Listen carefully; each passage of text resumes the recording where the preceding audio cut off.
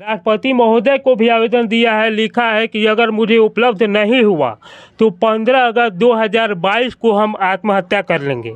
क्योंकि सरकार से हम ये भी बात कहते हैं, अगर 15 मई को उपलब्ध नहीं होता है तो हम 15 अगस्त को आत्मदाह भी कर लेंगे, क्योंकि हमारे जीने का कोई मकसद नहीं रहेगा। अब BA, BCom, BSc और MA, MCom करें विश्व की सबसे बड़ी यूनिवर्सिटी इग्नू से। सॉल्ड असाइनमेंट और गाइड बुक्स प्राप्त करें। संपर्क करें Mahakal computers, DAV college gate के सामने, सिवान। नमस्कार, आप देख रहे हैं SU न्यूज बिहार। आज मैं हूं रघुनाथपुर विधानसभा के अंतर्गत चाँप जीतपट्टी टोला। एक मामला आया है यहाँ पे, बहुत ही अफसोसजनक है। मेरे को खबर मिला कल रात में एक व्यक्ति हैं जो आज रोड पे आ गए हैं। ना इनके पास रहने का घर है, ना खाने का कुछ है। फिर मैंने इनसे कनेक्ट किया कि आखिर क्या प्रॉब्लम है।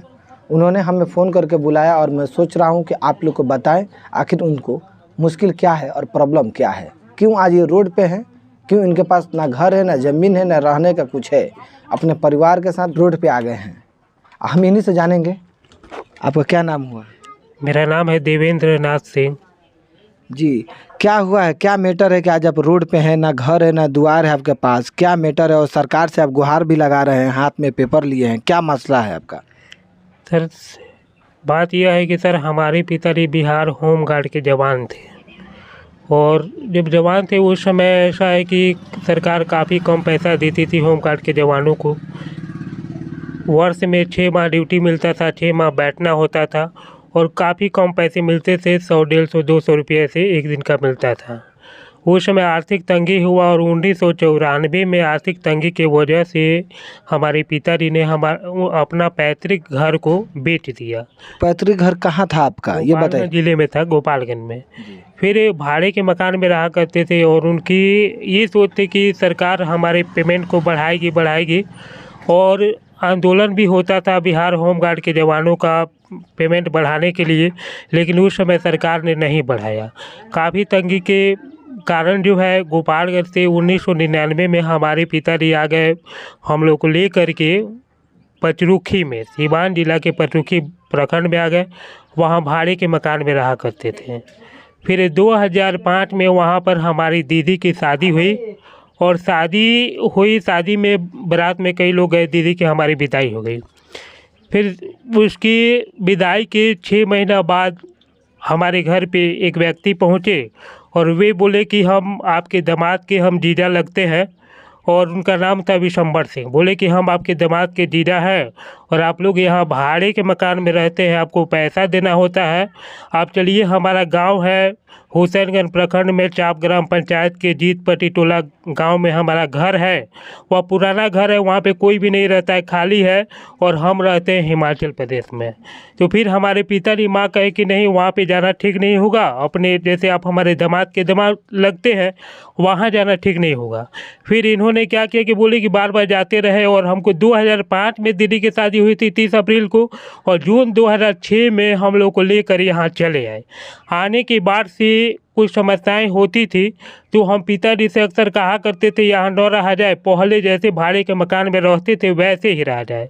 तो फिर ये बोलते थे कि आपके लड़के की शादी लगानी है हमें, इसलिए आप लोग जाइए मत, और आपको रहने का तो है ही। धीरे धीरे करते करते पिताजी और माँ को बरगला करके 2013 में हमारी शादी करवा दिए।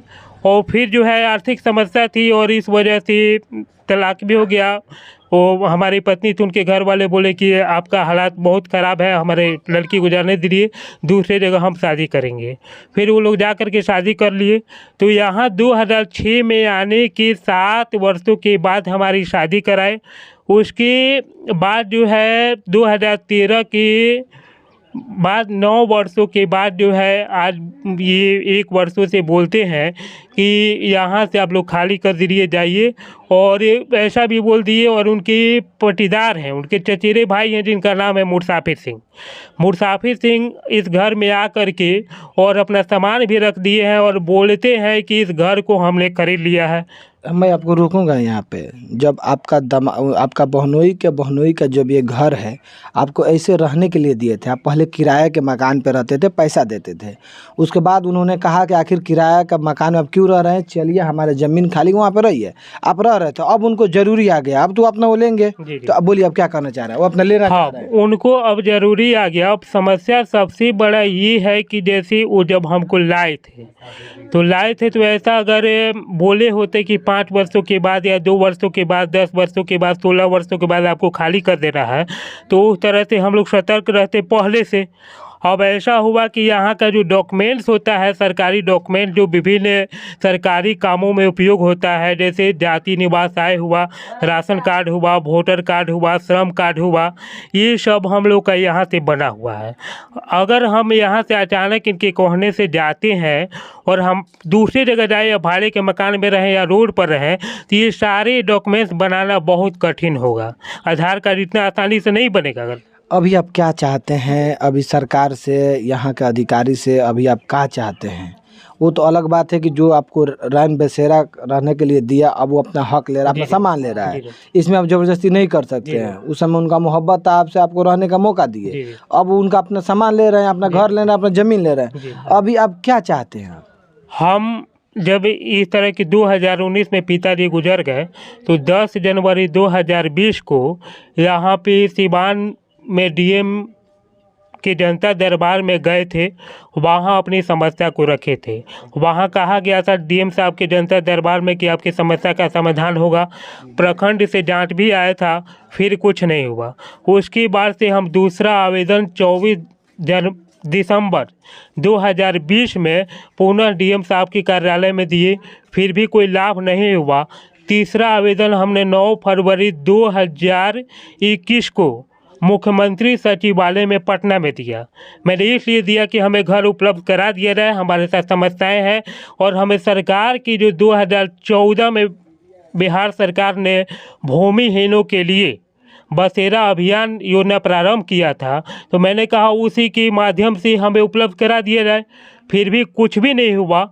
और उसके बाद से हमने अगला आवेदन है, मुख्यमंत्री का जो जनता दरबार शुरू हुआ, उसमें हमने दिया हुआ है, जबकि वह अभी पेंडिंग पड़ा हुआ है। मुख्यमंत्री का जो जनता दरबार है, उसमें हमने आवेदन दिया है 8 जुलाई 2021 को।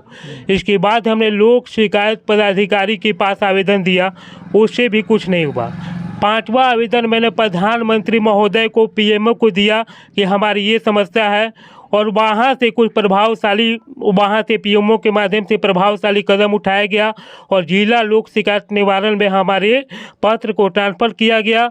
और यह जो है 6 अक्टूबर 2021 को सुनवाई हुआ और वहाँ पे सीओ साहब के प्रतिनिधि बोले कि आपको जल्द ही उपलब्ध करा दिया जाएगा। इसका लिखित प्राप्त भी है हमें। यानी आप चाह रहे हैं कि जो बिहार सरकार का नया योजना है, भूमिहीन योजना, जिनके पास ज़मीन वगैरह नहीं है, उनके लिए वो दे रही है सरकार। आप माननीय मुख्यमंत्री से ये चाह रहे हैं कि भूमिहीन योजना के तहत हमको घर दिया जाए, जहाँ पे हम अपना रैन बसेरा बना सकें। अब हमारे पास बहुत बड़ी समस्या है, जैसे मकान मालिक ने लिखित में दे दिया है। ये लिखित में दिया हुआ है कि 15 मई 2022 को इस मकान को किसी भी हालात में खाली कर ही देना है। तो मैं सरकार से, जिला प्रशासन से, फिर बिहार सरकार से, माननीय प्रधानमंत्री महोदय जी से निवेदन करता हूँ कि 15 मई के पहले किसी भी तरह मेरे लिए घर की व्यवस्था, ज़मीन की व्यवस्था किया जाए, क्योंकि प्रधानमंत्री महोदय ने भी कहा था कि सबको घर दिया जाएगा। और बिहार सरकार का भी प्रधानमंत्री बोले थे कि 2022 में सबको घर मिलना चाहिए। हाँ, अगर हम 15 मई को यहाँ से निकल जाते हैं तो फिर प्रशासन के पदाधिकारी बोलेंगे ये कि आप यहाँ के रहने वाले नहीं हैं, आपका आधार कार्ड नहीं है, वोटर कार्ड नहीं है। ये हमारे लिए समस्या हो जाएगी, बहुत बड़ी समस्या होगी। इसलिए हम कह रहे हैं कि 15 मई के पहले मकान मालिक ने जैसा कि कह दिया है लिखित में कि खाली करना ही होगा। सरकार से मेरा निवेदन है, विनती है, प्रार्थना है कि मुझे उपलब्ध कराने की कृपा करें 15 मई 2022 के पहले। नहीं तो यदि हमने राष्ट्रपति महोदय को भी आवेदन दिया है, और उसका जो है जिला लोक शिकायत निवारण पदाधिकारी के पास ट्रांसफर हुआ है। मैंने वहाँ कहा है, लिखा है, आप देख सकते हैं, राष्ट्रपति महोदय को भी आवेदन दिया है, लिखा है कि अगर मुझे उपलब्ध नहीं हुआ तो 15 अगस्त 2022 को हम आत्महत्या कर लेंगे, क्योंकि देश को आज़ाद कराने के लिए लगभग 10 लाख देशभक्तों ने, क्रांतिकारी वीरों ने अपनी कुर्बानी दी है और आज़ादी के 75 वर्ष बाद भी हमारे देश के भूमिहीन गरीब हैं, और भूमिहीन है, गरीब है, उनको परेशान किया जाता है, प्रताड़ित किया जाता है और के साथ खिलवाड़ किया है, मजाक किया है। जब तक भूमिहीन होंगे समझता लोग मजाक करते रहेंगे, उनकी ज़िंदगी से खिलवाड़ करते रहेंगे। इसलिए सरकार से हम ये भी बात कहते हैं, अगर 15 मई को उपलब्ध नहीं होता है तो हम 15 अगस्त को आत्मदाह भी कर लेंगे, क्योंकि हमारे जीने का कोई मकसद नहीं रहेगा। हम एक शिक्षक भी हैं, बच्चों को शिक्षा भी देते हैं, लेकिन 3 वर्षों से काफ़ी तनाव में है। कोरोना में परेशानी हुई, 40,000 से अधिक रुपये मेरे ऊपर कर्ज भी हो चुके हैं। हम अपने दोस्तों से कर्ज ले करके किसी भी तरह से अपना गुजारा कर रहे हैं, और ये समस्या है वो तो है ही। ये देवेंद्र नाथ सिंह हैं, चाँप गांव से हैं। ये तनाव में है ताकि इनके पास ना घर है ना कुछ है। ये सरकार से अपील कर रहे हैं, गुजारिश कर रहे हैं कि भूमिहीन योजना के तहत हमको मकान दिया जाए ताकि हम अपना रैन बसेरा बसा कर वहाँ पर रह सकें। और यहाँ के सांसद कविता सिंह जी डीएम साहब से भी आग्रह कर रहे हैं कि हमको कहीं रैन बसेरा बना के दिया जाए, नहीं तो हम आत्मदाह कर लेंगे। हमें जीने का कोई फ़ायदा नहीं होगा जब मेरा घर ही नहीं रहेगा रहने का। तो अब हम भी गुजारिश करेंगे सरकार से कि इनका जो आवेदन है सुना जाए और जो भी डिसीजन है लिया जाए, ताकि जो कुछ साल पहले अपने ज़मीन में इनको जगह दिए थे रहने के लिए, वो अपना ज़मीन ले रहे हैं। अब जाहिर सी बात है, जो देगा वो लेगा ही, कोई इनके नाम पे तो लिखा नहीं था। खैर, देखते रहिए SU न्यूज़, हर खबर के साथ हम आपके साथ अपडेट रहेंगे। धन्यवाद।